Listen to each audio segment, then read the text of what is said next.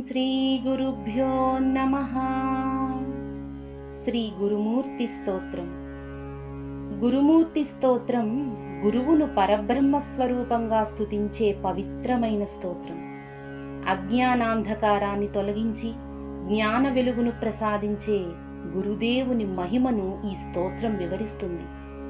ఈ స్తోత్రాన్ని భక్తితో పఠించడం వల్ల జ్ఞానం, వివేకం, ఆత్మవిశ్వాసం మరియు గురుకృప లభిస్తాయని విశ్వాసం.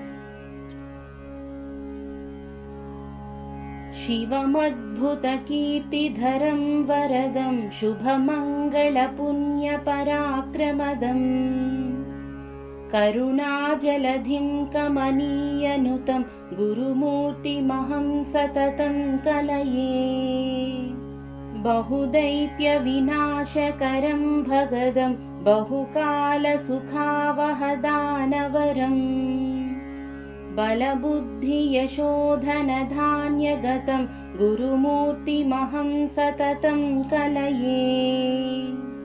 పరమం పురుషం పశుపాశహరం పరయోన్మనయా పరితో విహితం ఫలదం బలదం భజతాం తుహితం గురుమూర్తిమహం సతతం కలయే. కరపల్లవసల్లలితాభయదం గురురాజవరం గుహమంత్రగతం సతతం శివదం సనకాదియుతం గురుమూర్తిమహం సతతం కలయే. ససుతం సవృషం సులభాసనకం సలిలాన్వితచంద్రకళాకలితం విమలం కమలాసన సన్నిహితం గురుమూర్తిమహం సతతం కలయే. అరుణాచలమీశమభీష్టవరం కరుణార్ణవపూరితలోచనకం తరుణారుణశోభితగాత్రమముం గురుమూర్తిమహం సతతం కలయే. వటదారువనే వసినం శశినం జటయాధరమాదిమనీషమజం పటురాయత భారతి వాక్యగతం గురుమూర్తిమహం సతతం కలయే.